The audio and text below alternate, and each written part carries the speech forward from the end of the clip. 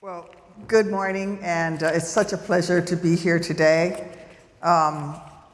Really, this was very much a team effort. First off, I want to thank all of you for this amazing recognition. It means the world to me. And we're all here today because we believe in a very simple truth, that our fight for inclusivity has to, well, be inclusive of every sector of our modern world, from voting reform to educational reforms, from environmental justice to, crucially, telecommunications justice. Dr. Everett Parker's life was a testament to that truth. He recognized that unless we as a society address the prejudices that was running rampant in our media, the civil rights that he and so many others were fighting for would remain forever out of reach from different segments of our population.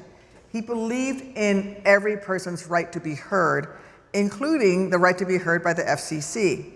He argued that the public, not just deep-pocketed companies, had the right to mold and form and shape America's broadcasting so that it, like our nation, would be truly for the people and by the people as well. And along the way, he changed how so many people view telecommunications, instilling a moral imperative into the FCC's work. And those are just a few of the reasons why receiving this award means so much to me. Because every day as a United States Senator, I've tried to live by a similar mission to ensure that the people's representatives actually represents all of the people. And that includes working to guarantee that every American has access to the telecommunications they need to keep them heard no matter where they may be located.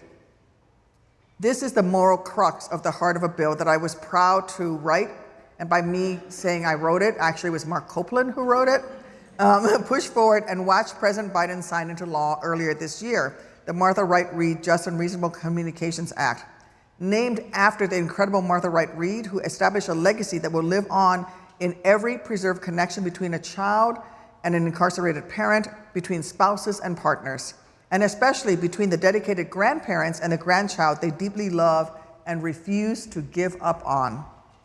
You can see Martha Wright Reed's example and how it represents America at its best. She was a citizen refusing to be silent in the face of injustice and ultimately using her voice and her actions to galvanize the forces of change to right a long-standing wrong.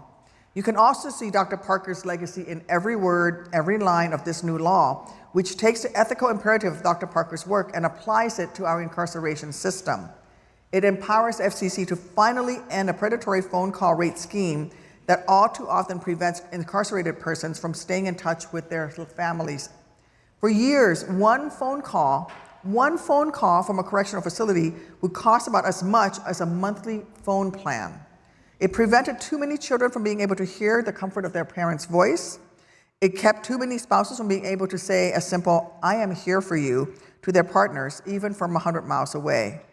And let's just be clear, when unjust and unreasonable communications rates cut off an incarcerated person from vital connections, the harm extends far beyond that single family. After all, a vast majority of incarcerated persons will eventually be released, and we all have a stake in making sure that our nation better prepares them to navigate the daunting challenge of re-entry.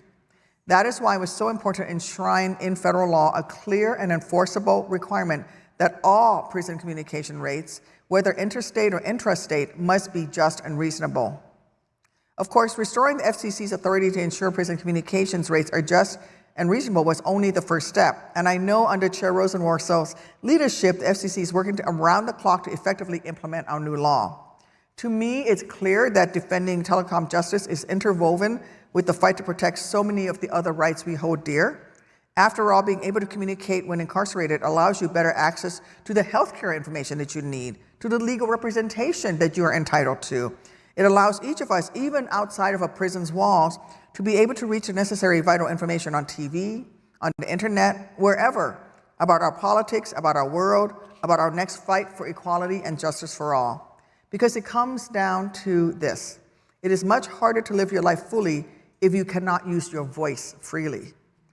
That is one of the many lessons Dr. Parker taught us, and it is the principle that I will keep striving to live by every moment that I'm fortunate enough to call myself a United States Senator. I want to close with how I began, by simply saying thank you. Thank you to Mark Copeland, who authored this final version of this bill and worked so hard negotiating back and forth, keeping a straight face in those meetings and coming back and throwing things against the wall in his office and then going right back again. I thank Mark Copeland for saying to me, Tammy, you got to go sit down with the Sheriff's Association. Go into the lion's den. But we established a relationship, a moment of trust, and we got to a place where they actually endorsed this bill. And that was key in getting Republicans to co-sponsor it and to get this across the finish line. I also want to make sure to thank Cheryl, who was more than just someone who advised us on doing this.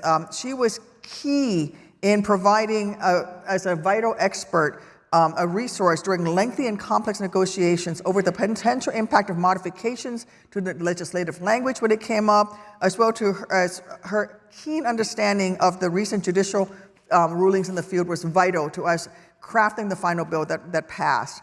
So thank you for this honor. Thank you, Ben Roadside is here, my legislative director, who kept things on focus and who at the very last moment said, you know, I think we can pull this off. Let's do this one more time. And use your House connections when you were in the House to get this across the finish line. At that, you know, we pulled victory from the jaws of defeat, literally in the last moments of the legislative year. So thank you for this honor, but much more importantly, thank you each of you for working so tirelessly to ensure that everyone's voice can be heard, no matter their zip code, no matter their incarceration status, no matter what. Thank you.